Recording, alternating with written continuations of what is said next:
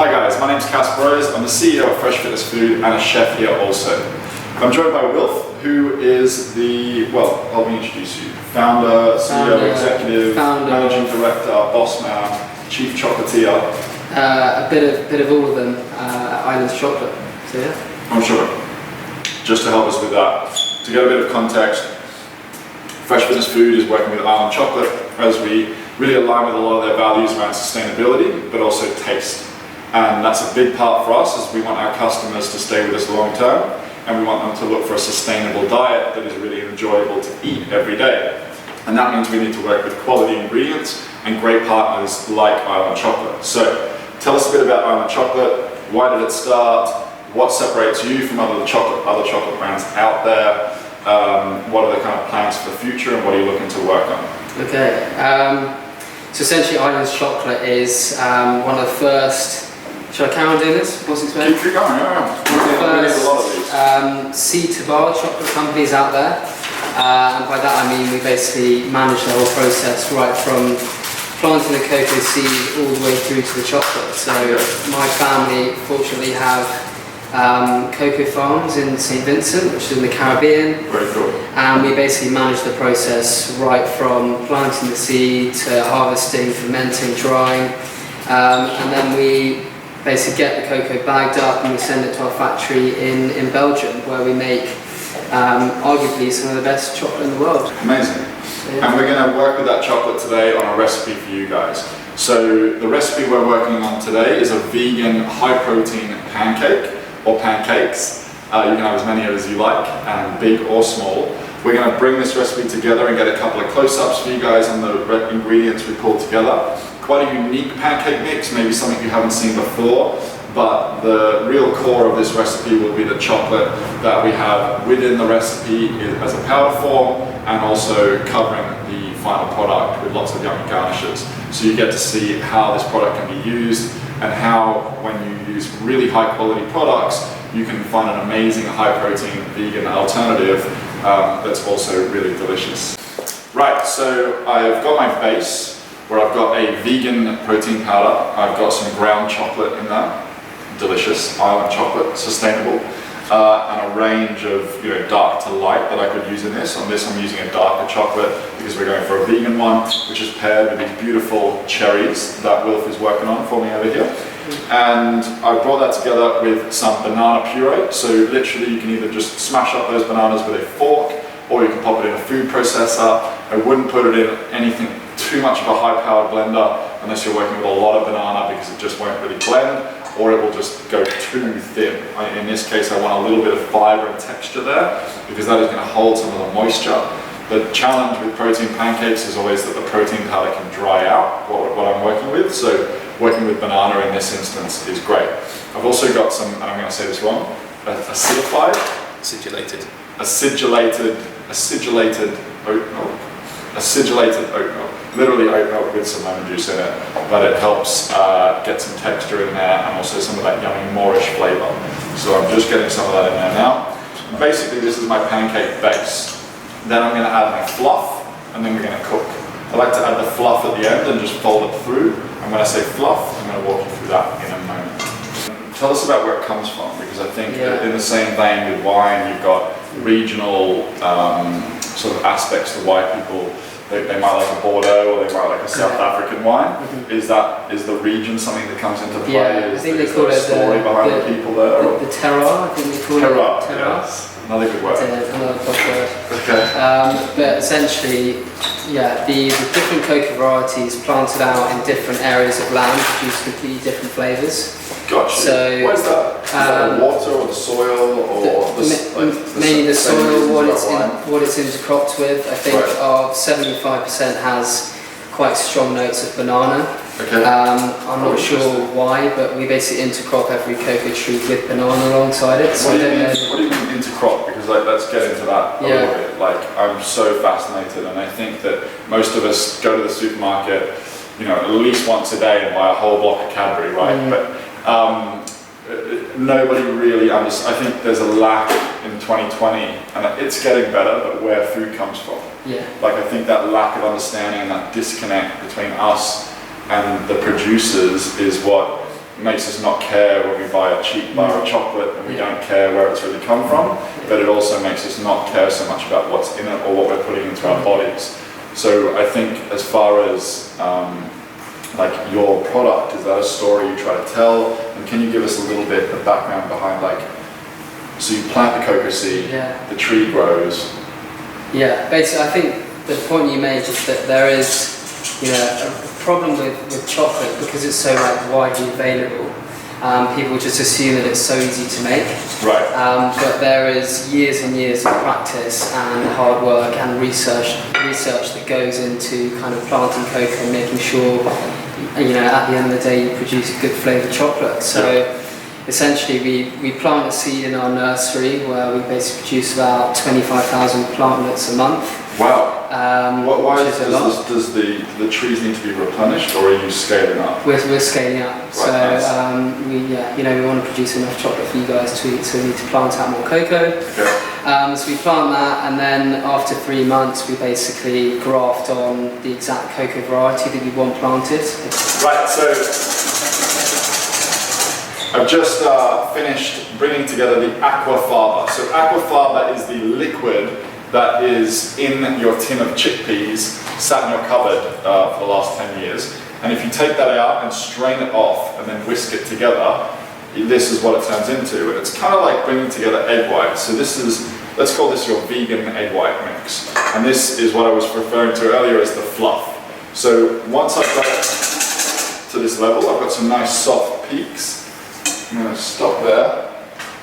And then I've got my chocolate mix here with my lovely island chocolate in there, the vegan protein powder, a little bit of gluten-free flour, and the pureed banana. And from this point, I'm now going to fold in my fluff, starting with a small amount of it until I get a nice mix. By setting aside some of the fluff, I'm not mixing it in all together and knocking all the air out straight away. I'm letting the consistency become a lot lighter before I begin to fold the rest of it in. So we're going to start with this and bring that together. So I think one of the important things that we wanted to delve into a little bit is for people to appreciate where the food comes from and why you should look to potentially invest a little more in some of the smaller providers, not just because you're trying to help out a nice guy like you, but because you're investing in a product that is ultimately going to be more beneficial health-wise, but also is going to benefit the planet and the wider community.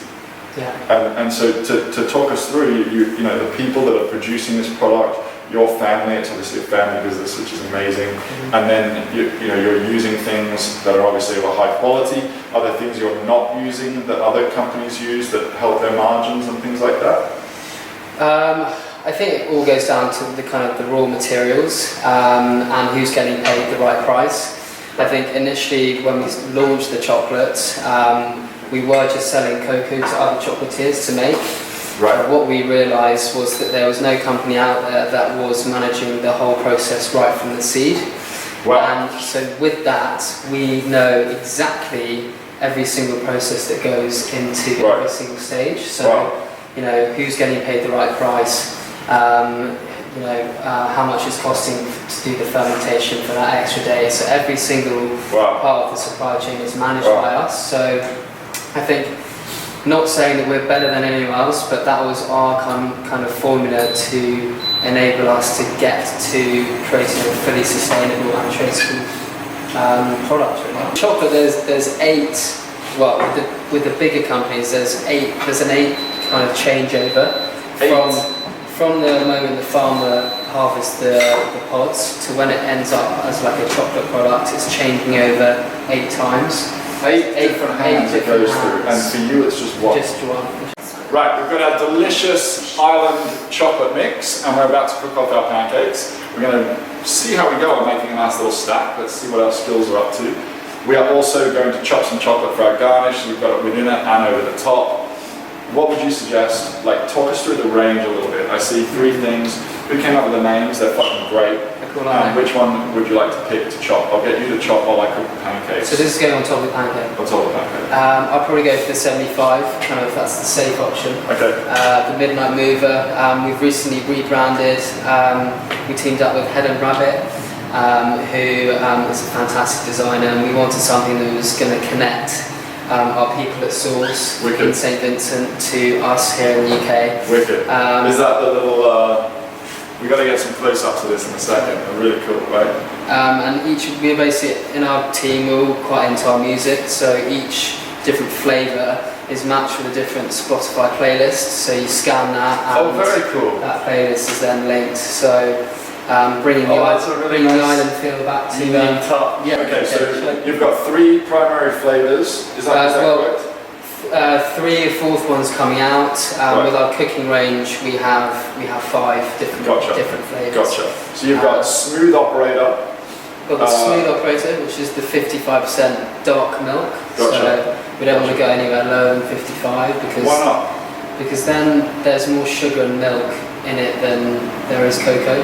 Okay. And so we want that fruity characteristic of our cocoa to come through. So we're going to cook our pancakes off, and out of the 3 that we have from Island Chocolate, we've got Smooth Operator at 55%, a whole 35% higher than your average chocolate bar, so using the good stuff in there. And then you've got Midnight Mover, which is 75%, and then you've got Rhythm of the Night, which is 100%, which is pretty wild. It's pretty punchy. What's when I see 100%, because I understand that in your general chocolate bar you've got your cacao, and then you've got your cocoa butter, and then you've got everything else in terms of the dairy content and things like that. When you're doing a 100% bar, is that like what's the split of cocoa butter to cacao? How does it hold together? Normally, in most 100%s, you will add in cocoa butter with it, but with us, it's just 100%, just our cocoa, nothing else. Wow. With a little bit of binding agent, probably about 0.3%, just to make it easy for everyone to work with. And like our aim, especially at Islands, is to basically create 100% that actually tastes more like an 85. Gotcha. Because if we're managing the process right from the seed, which we are, we're basically picking out all the good points within that variety, so that hopefully you won't need to add much sugar into that, which obviously is much better for our health. Understood. So that's our aim. Fantastic, great. Okay, well you've gone with a 75%, Yeah. I think, did you say? 75. Midnight Mover, and I'm going to get cooking on the pancakes. Yeah. Great. Island chocolate pancakes, finished now, the vegan version. Recipe will be below in the tag, and we're now into the fun bit where we're going to top it. So, I think we're going to be quite generous here, right? We've got 6 pancakes, they need a decent, wow. 80 grams here. 80 grams of chocolate, great. Is that enough? 75. 75 grams of chocolate, which we've crushed up here. I think this is a cherry raspberry chocolate mix, which is convenient because that's what we've got. Right. Black Forest style, Island chocolate, amazing protein pancake stack that is vegan for everybody focusing on a plant-based diet in 2020. Amazing to have you on here, love what you're doing, everything in terms of the values, the fact that everything is end-to-end managed by you and your family is amazing, and looking forward to working with you guys and having you in our product. Thanks for having me. Cool. Look forward to tasting it. You first. No. Why don't I just help us out here? Okay. Look how light they are, wow. Who made that? They're really good. I love cherries. I never eat enough cherries. Delicious. That dark chocolate really comes through as well. Nice fruity balance, I guess. Fruit is such a distinguishing flavour in good chocolate, right? Yeah. When you find those fruity notes, and what are some of the other good notes to look for? You get kind of olive coming through, you get wood, you get raisin, and then the more fruity ones you're thinking like light fruit, you're thinking grapefruit, you're thinking kind of the citrusiness coming through. Right, delicious.